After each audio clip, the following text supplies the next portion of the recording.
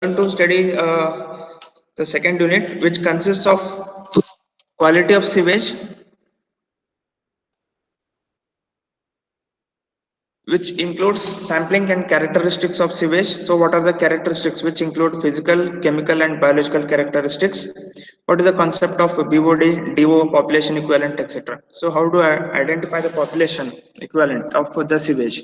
Then what is the meaning of BOD, COD and DO, that you will be studying in the first part of the second unit, that is quality of sewage. Okay, moving on, we shall understand what is the meaning of pollution and what are the different sources of pollution, that is point and non-point sources of pollution and eutrophication. Then the third part in this second unit consists of self purification. What is the phenomenon that is involved in self purification? Oxygen sac curve, effluent disposal standards for various methods, sewage forming, and some numerical problems on the disposal of effluents. Okay, so this is what you will be studying in the second unit. Okay, I hope most of you have written the internals.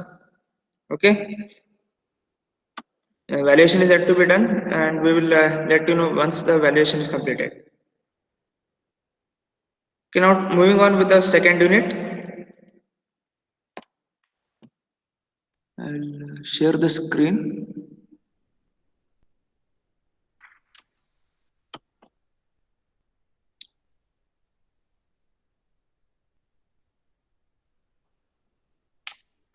Yeah, can you see now? Yes, sir. Okay. So in this, I already discussed what is the content that is covered in the second unit. It consists of quality of sewage, pollution, and self-purification. So we shall now take up one by one. So the characteristics of sewage, there are basically three characteristics of wastewater that can be classified, which includes physical characteristics, chemical characteristics, and biological characteristics. Okay. So physical characteristics include turbidity, color, odor, and temperature. So physical characteristics is nothing but the one that can be analyzed using the naked eye. Okay, so color you can identify, turbidity can be identified, odor can be smelt easily. Okay, and temperature can be measured using different methods. Okay, so these are the four characteristics which are classified as physical characteristics of sewage. So what do you mean by turbidity? What is a turbid water?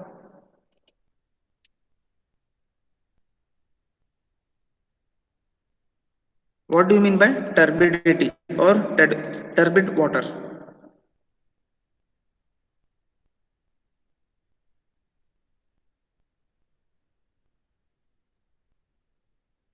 Yes, anyone can answer this, or you can type it in the chat box if you want.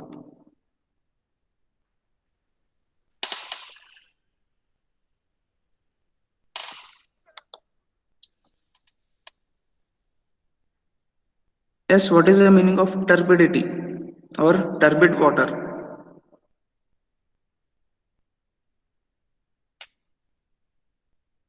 Transparency of water, sir. No, how do you say that the water is turbid? What it So contains? based on the transparency, sir. Based on the transparency. Okay, more the transparency, less Less will is be the suspended turbidity. material. True or false? Yes? Less is suspended material, sir.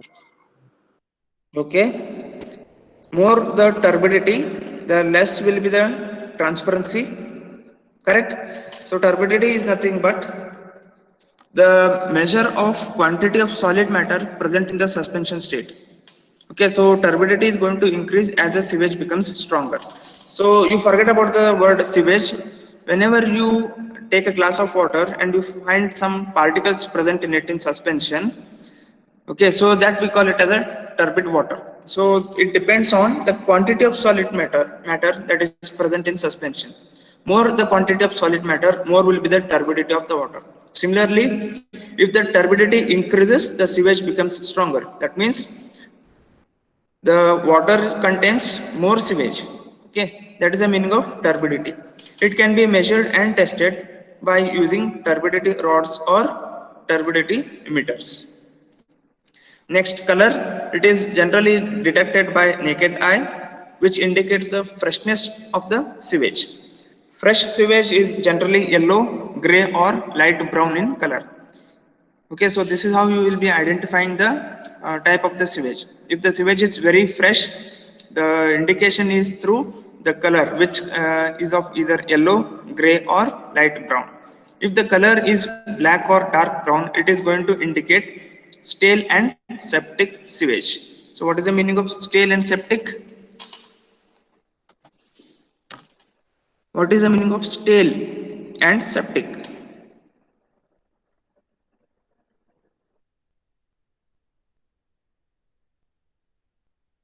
Yes, Stored, sir. Pallavi? Stored Yeah? sewage. Stale and septic.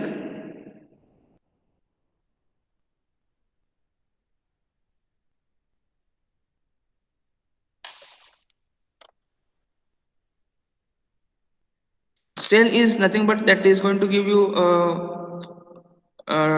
odd smell, okay, which is not fit for consumption. Stale food, for example, stale food. So food that is kept over a period of 1 day or more than 1 day or 2 days, it is going to give you some sort of a pungent smell or the smell that is not suitable to inhale. So such type of food is called as a stale food that is not fit for consumption or fit for use. Similarly, septic, it is nothing but a state where the bacteria are going to act on the object or body, and it is going to result in the formation of a pus.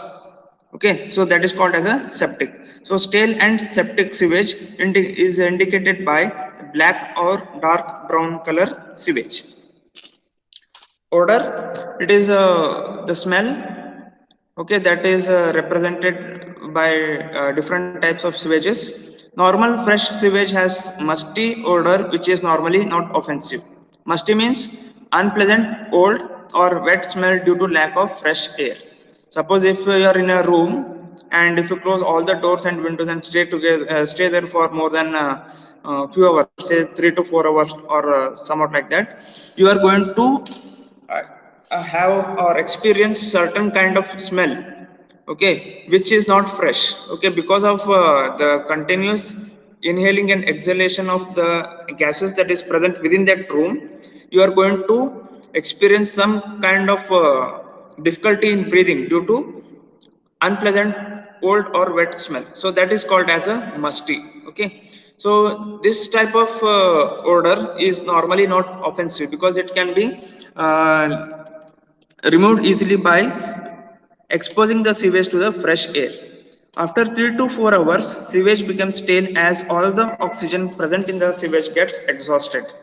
After the septic state, it starts emitting offensive colors. Okay, so in this septic state, the odor that you observe is somewhat offensive. Okay, you can't breathe the fresh air properly. The odor can be measured by using a formula that is called as threshold odor number, which represents the extension of dilution required with odorless medium, and it is calculated by this formula Vs plus Vd upon Vs, where Vs is nothing but the volume of sewage and Vd is nothing but the volume of distilled or odorless water added to make the sewage sample odorless. Okay, so this is how you will be finding out the threshold odor number. So this is about the odor. And the next one, the last physical characteristics include the temperature. It affects the biological activity of bacteria present in sewage and also the solubility of gases in the sewage. The average temperature of sewage in India is 20 degrees Celsius, and which is considered as the ideal temperature for biological activities. As the temperature of the sewage increases, the dissolved oxygen content of the sewage reduces. Okay, so how to identify this dissolved oxygen and which is the ideal temperature for dissolved oxygen and the experimental analysis, this we will be studying in detail in the later part. Any doubt up to this point under physical characteristics?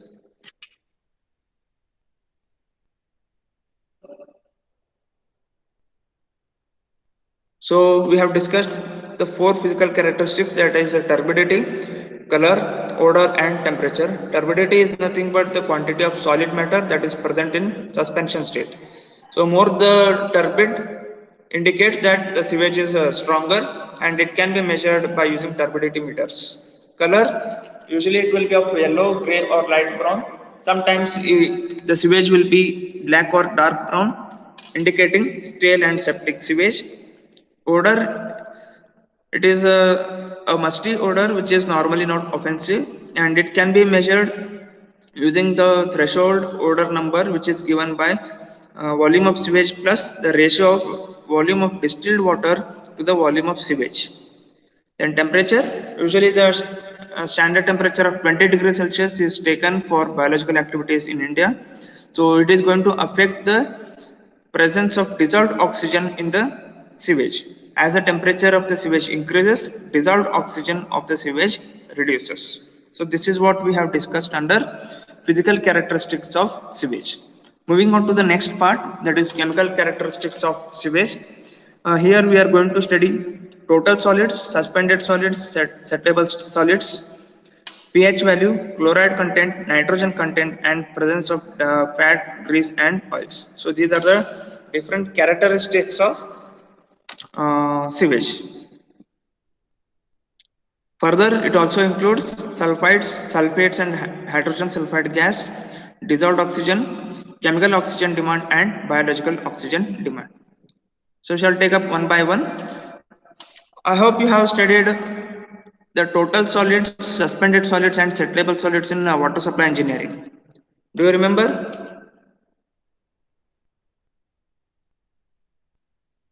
What is the meaning of total solids, suspended solids, and settleable solids?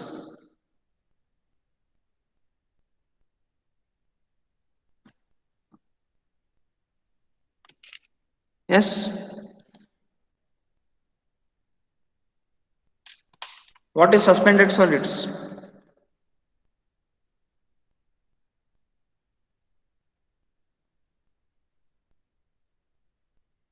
And what are settleable solids? So their density will be very low. They will float on water body. Whose density will be low? Suspended. Okay. Then settleable solids? Settleables will have the more density. They will settle at the bottom. And will settle at the bottom. What is the total solids? Both combined, suspended and Combined settled. together. Okay. So the total amount of solid that is present in a quantity of water or sewage is the total solids, which include suspended solids and settleable solids together.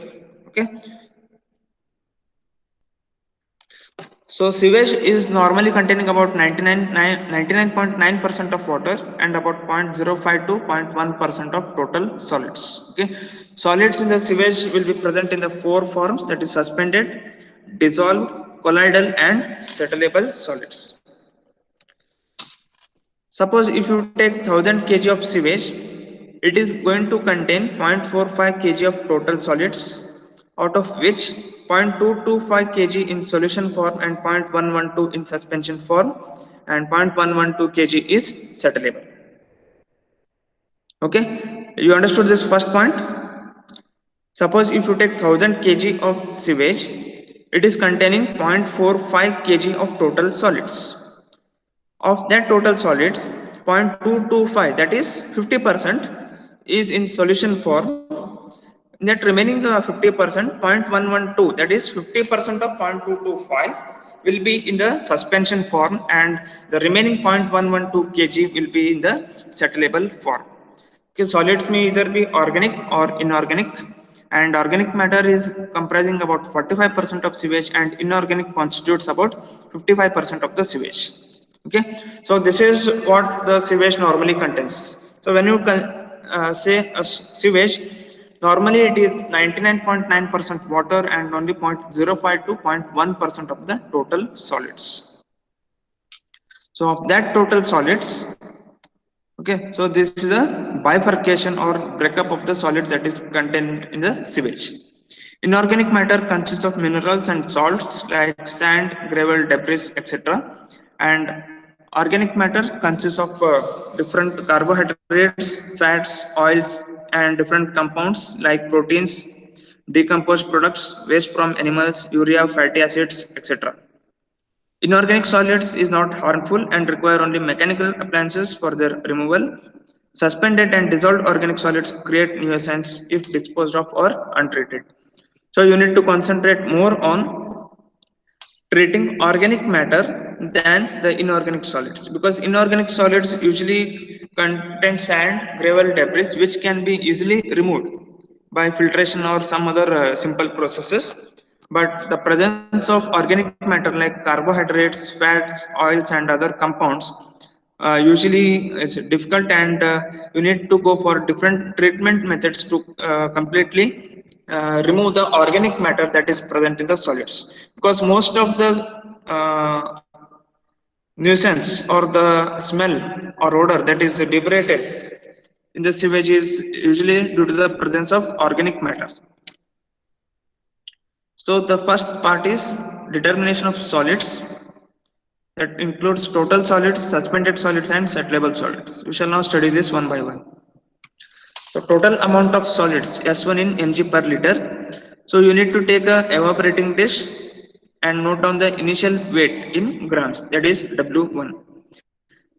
Fill the evaporating dish with known volume of wastewater and place it on a burner. Allow the water to evaporate completely and cool it in a desiccator. Note down the final weight, that is W2 grams. So total solids present in a given sample or volume of wastewater can be determined by using the formula W2 minus W1 into 10 to the power 6 per ml of the sample taken. Because the weight that you have measured is in grams, okay, you need to convert it into ml. Okay, so you have to multiply the weight into 10 to the power 6. So this is a total solids that is present in the given volume of a sample in ml. Dissolved solids, you have to take a evaporating dish, note down the initial weight of the solid, that is sorry, evaporating dish, which is indicated as W1 gram. Fill the dish with wastewater of known quantity. After filtering with the filter paper and place it on the burner. You need to allow it to evaporate completely and cool it in a desiccator. And note down the final weight, that is W2 gram. So the total dissolved solids in mg per liter is W2 minus W1 into 10 to the power 6 ml of sample taken. So this is the experimental procedure to determine the total solids and dissolved solids present in the given sample of water, wastewater. Suspended solids is nothing but the total solids minus total dissolved solids. This is going to give the suspended solids in the given volume of wastewater. Settleable solids can be determined by a specially designed conical glass vessel that is called as Imhoff cone. So the capacity of this cone is 1 liter, graduated up to 50 ml. Sewage is allowed to stand for a period of 2 hours, and quantity of solid settled in the bottom is giving you the settleable solids. So this is how the Imhoff cone looks, with a capacity of 1 liter and measurement up to 50 ml. So in order to obtain the precise amount of settleable solids, the liquid from the cone should be decanted off and settleable solids collected at the bottom of the cone should be dried and weighed. Okay. Suppose now you have taken a certain quantity of wastewater and you allow it to stand in the Imhoff cone for a period of 2 hours. After that, you have to take out all the water. Whatever that is left at the bottom is nothing but the settleable solids. This quantity of settleable solids includes the certain quantity of water, because it will be in a wet state. In order to identify the actual settleable solids that is present in the sewage, you need to dry the uh, sample that is collected at the bottom completely, so that you will get the actual quantity of settleable solids. Any doubts? Any doubts up to this point?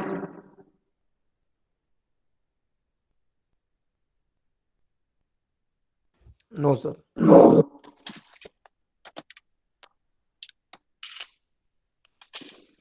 Determination of solids continued. This here we are calculating total volatile and fixed solids.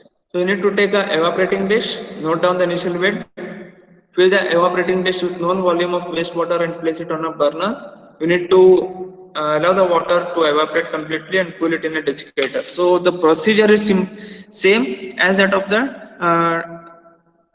solids that we have done earlier. So total solids is W2 minus W1 into 10 to the power 6 per ml of the sample taken. Now you need to ignite the residue along with the crucible in a furnace for 15 to 30 minutes at a temperature of 600 degrees Celsius. So after you have noted down the total solids in the given sample of sewage, you need to ignite the residue and burn it for 15 to 30 minutes at a temperature of 600 degrees Celsius. After that, you cool it in a desiccator and note down the weight, that is W3. So total volatile solids is W3 minus W2 into 10 to the power 6 per ml of sample taken. Okay, so is it clear? What you have done here is you have to first find out what are the total solids that is present in a quantity of sewage. After you have found out the total solids, you need to ignite the residue for 15 to 30 minutes at a temperature of 600 degrees Celsius. So all the samples that is in a wet state, everything that will be evaporated and you will be left with the volatile matter. Okay, you need to cool down the sample, note down its weight, which is W3. So total volatile solids is equal to W3 minus W2 into 10 to the power 6 per ml of a sample. Okay, total fixed solids is total solids minus total volatile solids. That is going to give you the fixed solids in the sample. Then the next one is pH. So this I have discussed in the water supply engineering. Can anyone brief about this? What is the meaning of pH? What should be the range of pH, etc.?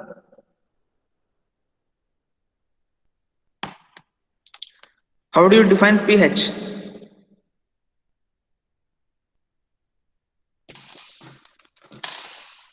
The negative logarithm Negative logarithm of H plus ions present in yes, hydrogen ions present in a given sample.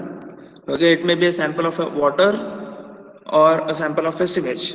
Okay, so what should be the ideal pH for drinking water? 7. Nikhil Gowda, not you. I want someone else to answer this question. Nivedita?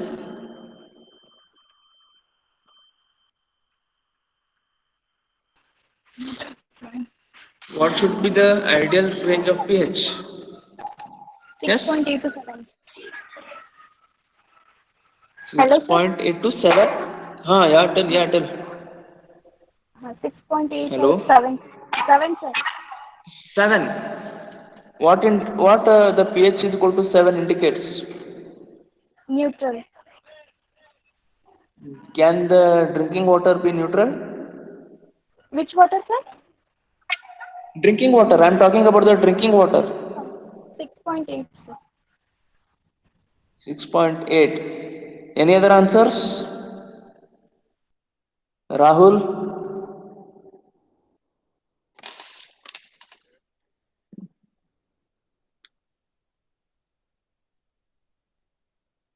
What should be the range of pH for drinking water? Rahul?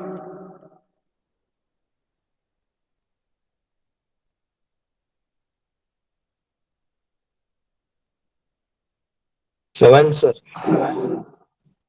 No. Rachana?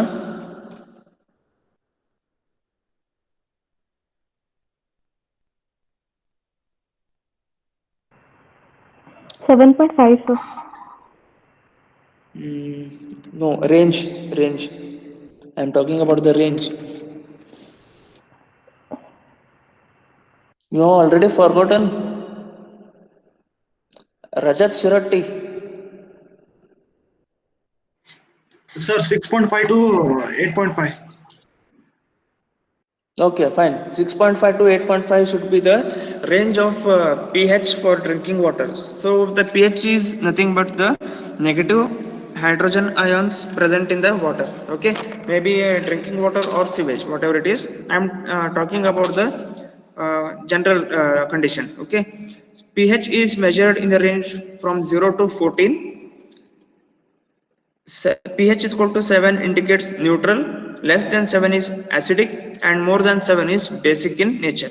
Okay, so pH is equal to 7 indicates the neutral water or distilled water. That means it doesn't contain any salts or minerals in the water. Okay, maybe in the sewage also, right? So if you consume the water that has a pH equal to 7, what are its consequences? The question is, if you consume a water with pH is equal to 7, what are its consequences?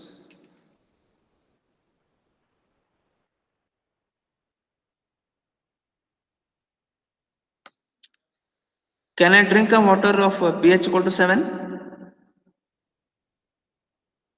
Pallavi?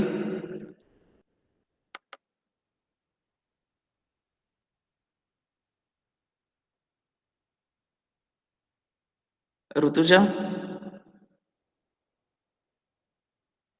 Can I consume water with pH equal to 7? So it lies with that range, right? Pardon, I can't hear you. So it A lies in bit that louder. range. Okay, can you drink that water? Yes, sir. Suppose if I consume the water with pH equal to 7, so all the minerals, salts that is required by the body will be absorbed by the distilled water. So distilled water doesn't contain anything, no minerals, no salts, but the body requires some amount of salts and minerals to function properly. Okay, so if you go on consuming distilled water, so you will be deficient, your body will be deficient of the required minerals and salts. So all the salts and minerals will be absorbed by the water and will be flushed out of the body. So you should never consume a water with pH equal to 7. So the range for the water is fixed in the range of 6.5 to 8.5, neither too acidic nor too basic in nature. Okay, so this is what is a general discussion on the pH. Moving further, so the same thing is applicable to pH of sewage. It is acidic if it is less than 7, alkaline sewage for pH value more than 7.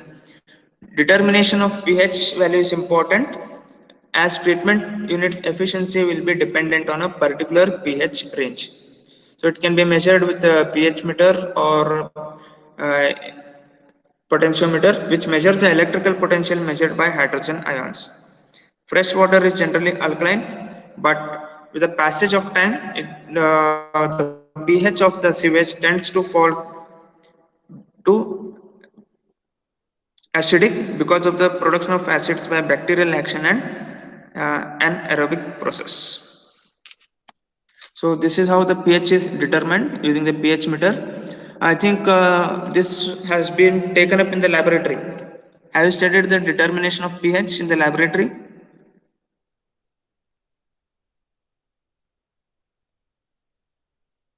Have you studied? So these are the chemicals that is required in order to determine the pH, that is buffer solutions of pH buffer 4.01, 7 and 9.2. Why we are taking 4.01? Why 7 and why 9.2? So you need to have three solutions. One is acidic, neutral and basic in nature. Okay. So the pH of buffer 4 is exactly not available. So it will be near to 4.01, which can be considered as a buffer of pH 4. Similarly, for buffer of pH 9.2, you can consider it to be with a value of 9. Okay, so this is how you are going to prepare the buffer solution, then determine the pH. Yes, can anyone explain about this? Have you studied? I think Chate sir has prepared a video on this and has been shared in the group. I hope you all have gone through it.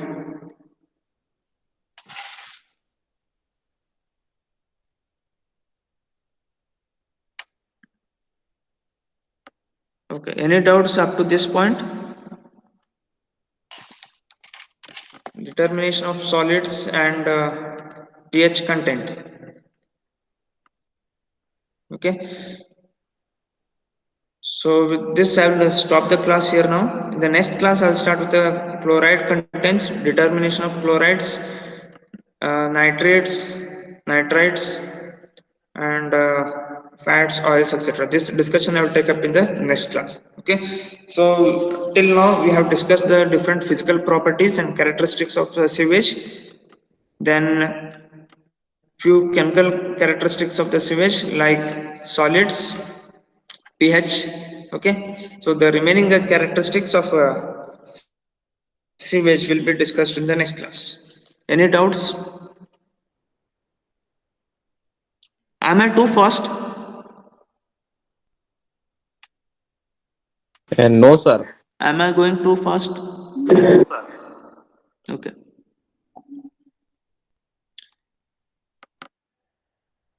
Audio is clear? Full clear, sir.